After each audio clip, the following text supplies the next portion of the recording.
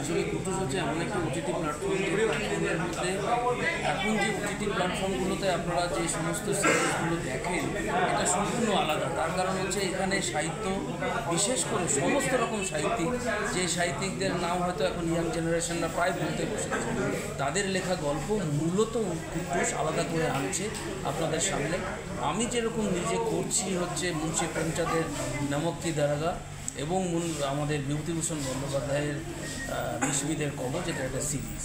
কাজেই মানে কুটুস সর্বক্ষেত্রেই আলাদা, এবং কুটুস আপনারা যদি 3 তারিখ থেকে এটা ওপেন হবে এবং আপনারা দেখতে পাবেন, এবং আপনারা দেখলেই দেখবেন এখানে যা যা প্রোডাক্ট আছে সব কিছু আছে। এখানে নাচ থেকে, শ্রুতি নাটক থেকে, গান থেকে, মানে সমস্ত কিছু আছে, এবং খেলাটাও পরবর্তীকালে ভাবনা আছে, সেটা ডেফিনেটলি আসবে। স্যার এখানে কি মানে নতুনদের অডিশনের মাধ্যমে তাদের কি না, এখানে এক্ষুনি অডিশনের ব্যাপারটা আমরা চালু করিনি। তার কারণ হচ্ছে এখানে প্রচুর নতুন ছেলেমেয়েরা কাজ করছে, এবং খুব বক্স আর্টিস্ট যেরকম থাকছে তাহলে নতুনরাও চান্স পাচ্ছে। অন্য চ্যানেলগুলোতে যেরকম নতুনরা চান্স পায় না, এখানে চান্স পাবে, এবং তারা কাজ করছে। এবং এটা যখন লঞ্চ হবে তখন আস্তে আস্তে আমরা এখানে দেখাবো এবং অডিশনের ব্যবস্থা করব। তারা আসবেন, অডিশন দেবেন, তারা নিশ্চয়ই আমাদের সঙ্গে কাজ করবে।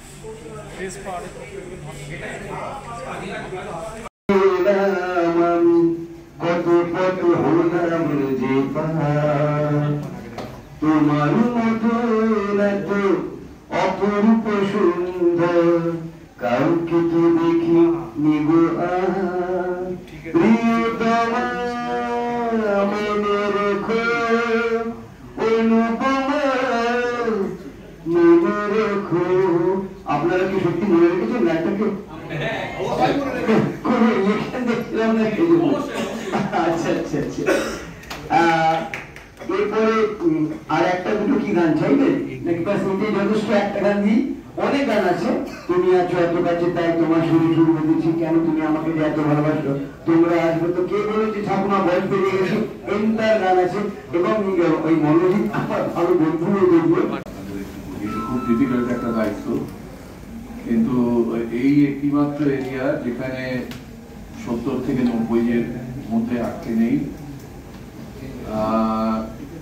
52 মিনিটের থিয়েটার, যেটা পশ্চিমবঙ্গের সমস্ত জেলার ভালো ভালো প্রোডাকশন, যেগুলো দেখা কলকাতায় বসে অনেক মানুষ দেখতে পারেন না, পশ্চিমবঙ্গের অন্যান্য প্রান্তের মানুষও দেখতে পারেন না, সেই নাটকগুলো এই ওটিটি প্ল্যাটফর্মে দেখা। এবং তার সঙ্গে সঙ্গে কলকাতা শহরের যে সমস্ত অত্যন্ত প্রথিত রসা দল আছে, থিয়েটারের দল আছে, তারা তাদের যে নাটকগুলো দেবেন সেগুলো অবশ্যই একটু ভাগ ভাগ করে দেখাতে হবে, সেগুলো একটানা দেখা যাবে না। এই দায়িত্বটা আমার। এর সঙ্গে সঙ্গে কিছু শর্ট ফিল্ম, কিছু আমাদের একটা নিজস্ব ভাবনা আছে, সেটা হচ্ছে যে সারা ভারত জুড়েই এখন একটা অদ্ভুত কথাবার্তা বলা হচ্ছে যে কন্টেন্টের খুব অভাব, এবং সারা ভারতের বেশ কিছু ছেলে মেয়ে ভালোই প্রচুর রোজগার করছেন কন্টেন্ট সাপ্লাই করে। আমি মনে করি পশ্চিমবঙ্গে এবং বাংলাদেশে, আমি গোটাটা মিলিয়ে বলছি, আমাদের 64 জন গোয়েন্দা গল্পের লেখক আছে, যা সারা ভারতে কারণ নেই। এবং আমাদের যে পরিমাণ নাটক আছে, সেই নাটকগুলোই এত ভালো কন্টেন্টের নাটক যে সেগুলোকে যদি সিনেমায় আনা যায় তাহলে যে বেশ ভালো সাফল্য পাওয়া যেতে পারে, তা ইতিমধ্যেই আপনারা দেখতে পেয়েছেন।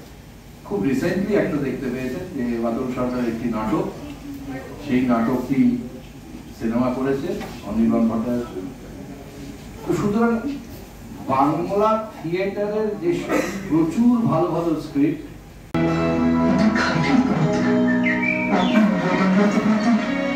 কিছু শোকেসটা বেশ ভালোই বুঝলে, একটু সাজিয়ে গুছিয়ে দিলে বাজার আছে। আমি আমি কি লেখাপড়া জানি না? লেখাপড়া না, কাজটা হচ্ছে পড়া।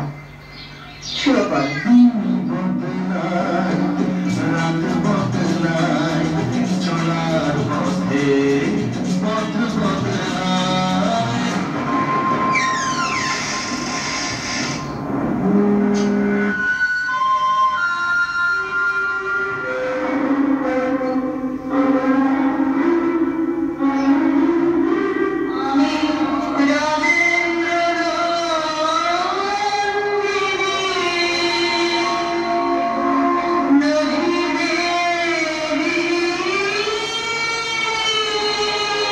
বিশেষ কারণে এত বছর পর আমি অযোধ্যায় এলাম, মাননীয় বিচারক, এলাম আমার মায়ের জন্মভূমি খুঁজতে। ম্যাকবেথ সিলেবাসে আছে, বিষয়টা সহজ নয় বলে বারবার বোঝাচ্ছি, যখন বোঝাচ্ছি তখন বলছে বুঝছে। দেখুন কি লিখেছে। আমি এসব দেখে কি করবো কাবেরী? এত বড় ছেলেদের হাত তুলবো? বড় হয়ে গেছি আমি, 17 আমার পেরিয়ে গেছে। কোনো দোষ নেই, আমি বাচ্চা ছেলে, হাতের সামনে ফোন পেয়েছি। শুনে কি কাজ করতে গিয়ে তার মুখ হয়ে গেছে। আজ থিয়েটারে বা ফিল্মে তুমি যে কথাগুলো বলবে সেই কথাগুলো তোমার তখন কি মুড, এমনি পরিপ্রেক্ষিতটা কি, এইসব মিলিয়ে তোমাকে একটা সুবিধের জায়গা করে দেয়।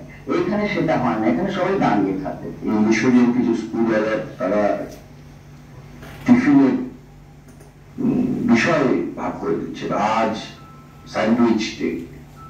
তাতে নাকি ছাত্রছাত্রীদের মধ্যে সমতা থাকবে, মানসিক সমতা। কি করে থাকবে? যে কামিনীতে এত বড় যে নারকীয় ঘটনাটা হয়েছে, যার বিচার এখনো মানুষ পাননি, সেই পরিবার পায়নি, তো এইটাই কাজ করার দরকার। পঞ্চ ইন্দ্রিয়ের মধ্যে দিয়ে আমরা যে কটা কাজ করছি, সেটার মধ্যে যদি কোনো একটা কাজ আমরা কোনো একটা এনার্জি ফর্মে নেগেটিভলি করি, নিউটনিয়ান সায়েন্স বলছে to every action there is an equal and an opposite reaction. Engineering এর থেকেও কিন্তু আমাকে স্কুল বেশি অ্যাট্রাক্ট করতে শুরু করলো। আমাকে আর পিছনে ফিরে তাকাতে হয়নি। School after school I was just growing with schools. বাঙালিরা ফোকাস করছে অন দ্য রং থিংস, এবং এই ফোকাসটা কবে থেকে শুরু হয়েছে আমি আপনাকে বলছি, যবে থেকে অপরচুনিটি ওইভাবে কমে গেছে। আমার কথা বলেছে তোর স্বামী থাকতে ওই সামাজিকের সঙ্গে এত। এবং গুরুজন, আপনাদের সকলকেই আমার হৃদয়ের অন্তর্করণ থেকে নমস্কার, প্রণাম। একটা অদ্ভুত চ্যানেল আমরা এক্সপিরিয়েন্স করতে চলেছি, এবং নতুন আলো সৃষ্টি করে নিতে নিঃসন্দেহ বলা যেতে পারে। কারণ একটা বিশেষ চিন্তাধারা, সেই চিন্তাধারা হলো আমাদের ঐতিহ্যকে ফিরিয়ে আনা, আমাদের রুচিবোধকে আবার ফিরিয়ে আনা, সঙ্গীতের মাধ্যমে, থিয়েটারের মাধ্যমে, সিনেমার মাধ্যমে। যেটা আমাদের গর্ব একটা, যে সবসময় আমরা করতাম। সত্যজিতের অস্কার অ্যাওয়ার্ড নিয়ে এলেন, আমরা ওই যে দিনগুলো, ওই দিনগুলো প্রায় আমরা হারিয়ে ফেলেছি। তো সেইটার জন্য যে প্রচেষ্টাটা, নিশ্চয়ই একটা সাধুবাদ জানানো উচিত আশিস সেনকে এবং অনির্বাণ কুটকুশের বাবা। তো অনেক দায়িত্ব হলো কুটকুশের বাবার ওপর, কারণ কুটকুশকে অনেক বড় করতে হবে এবং স্বাস্থ্যবর্ধক চিন্তাধারার মাধ্যমে তাকে বড় করতে হবে। সেই কাঠামোটাকে একদম বাঁচিয়ে রেখে সঙ্গীত। এবার এসে যাই কুমার শানুর যে গানগুলো দেখতে পাচ্ছেন, কুটকুশের তরফ থেকে যেটা নিবেদন করা হবে, সৌভাগ্য, মা বাবার আশীর্বাদ, ঈশ্বর আশীর্বাদ এবং আমার পরম বন্ধু আশিস শেষ শুভ কামনা করবো। আমার সাথে ছিল বলেই হয়তো গানগুলো করতে পেরেছিলাম আমি প্রণয় মিলে, এবং আমার দৃঢ় বিশ্বাস নিশ্চয়ই আপনাদের মনে সেটা দাগ কাটবে। খুব শীঘ্রই যখন এটা রিলিজ হয়ে যাবে, 3 তারিখেতে মহালয়ার পরের দিন থেকেই আপনারা শুনতে পাবেন। আপনারা নিশ্চয়ই মনে মনে বলবেন, না অরূপদাকে দেখেছিলেন, অরূপ যা বলেছিল একদম খাঁটি সত্যি কথা বলেছিল। পাবেন, সেই বাঙালিয়ানাটা পাবেন আপনারা। তো এই বিশ্বাস, এই শব্দ, এই সংকল্প, এই সবগুলোর সাথে আজকে আমি এখানে আমার বক্তৃতাই বলতে হবে, কি বলবো, আমি অরূপ আঙ্কেলকে একটু রিকোয়েস্ট করবো, আজকের দিনটাকেই বেছে নেওয়া হয়েছে। আসলে কুট্টুসের সঙ্গে প্রথম দেবপ্রতিম দাশগুপ্ত কাজ শুরু করে, তারপরে আমি যুক্ত হই। ভালো লাগার অনেক বিষয় আছে বলতে, আশিস সেন আমার পাশে যিনি বসে আছেন, মানুষটি একেবারে অন্য ওয়ার্ল্ডের মানুষ। পাওয়ার ক্যাব নামে একজন লিফট ম্যানুফ্যাকচারার এবং ওনার পুরো কোম্পানি। তো এরকম একজন মানুষ এরকম ভাবে একটা ভাবছেন, এবং আমাকে যখন প্রথম দেখা হয় উনি বলেন যে আমি 70-এর সেই সমস্ত মানুষের, দর্শকের যে টেস্ট সেটা ফেরত আনতে চাই, কিভাবে সম্ভব। তো আমি বললাম দেখুন, সমস্ত ওটিটিতে তো এখন সাহিত্য অলমোস্ট প্রায় হয়ই না, এখন দু একটা ওটিটিতে সাহিত্য নিয়ে কাজ হচ্ছে। বাংলার যে সাহিত্য সম্ভার, এটা আমাদের যারা বয়স্ক দর্শক, যাদের প্রায় 60-70 বছর বয়স, এবং যারা মধ্যবয়স্ক, যারা 40 থেকে 50 বছর বয়স, তাদের যেমন ভালো লাগার একটা বিষয়, তেমনি কিছু কিছু ক্ষেত্রে কিন্তু এখন তো প্রায় বই পড়া বন্ধ হয়ে গেছে। কেউ কেনেন, ওটা শোকেসে সাজিয়ে রাখেন, খুলেও দেখেন না। আমার এত বই আছে, রবীন্দ্র রচনা বলি, নজরুল রচনা বলি, মানিক বন্দ্যোপাধ্যায়, অনেকে হয়তো নাম শোনেন, তার লেখা হয়তো পড়েনিল না। আমাদের